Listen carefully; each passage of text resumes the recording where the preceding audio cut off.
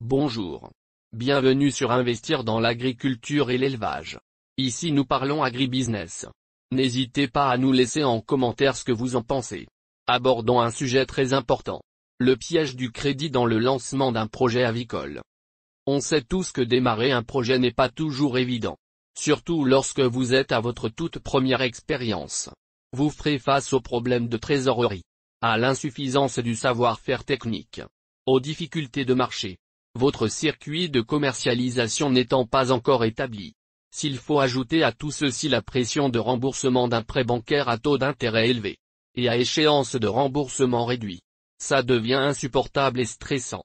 Quelques astuces et attitudes à adopter pour des personnes désireuses de se lancer. 1. Commencez à petite échelle et avec ses fonds propres. Cela vous évitera la pression de remboursement de la dette. Et surtout, vous permettra d'acquérir des gestes utiles, des pratiques qu'on n'enseigne pas toujours dans des écoles de formation.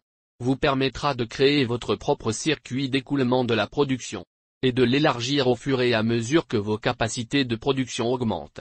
2. Sollicitez un accompagnement technique. N'ayez pas peur et ne soyez pas radin à l'idée de se faire accompagner par un professionnel du domaine. C'est un domaine sur lequel il ne faut pas lésiner. Celui-ci vous sera d'une importance capitale. Les grosses entreprises avicoles qui ont fait leurs preuves continuent de se faire accompagner par des professionnels. 3. Ne pas se disperser, restez focalisé. Lorsque vous démarrez votre projet, vous devez vous attendre à rencontrer bien du monde, dont certaines personnes qui ne partagent pas vos valeurs et votre projet, et pourraient vous faire perdre du temps et surtout vous décourager. Restez concentré et croyez en vous. Croyez à vos potentialités et en vos projets. 4. Rebondir après des déconvenues.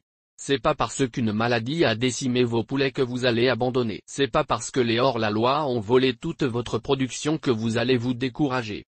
Non. Cherchez à comprendre là où vous avez échoué. Corrigez l'équation et relancez de nouveau. Un conseil de sage, passez-vous toujours pour responsable de vos échecs. Et n'attribuez pas cette responsabilité aux forces extérieures. Par la suite, vous réaliserez que les déconvenues rencontrées vous rendront plus fort.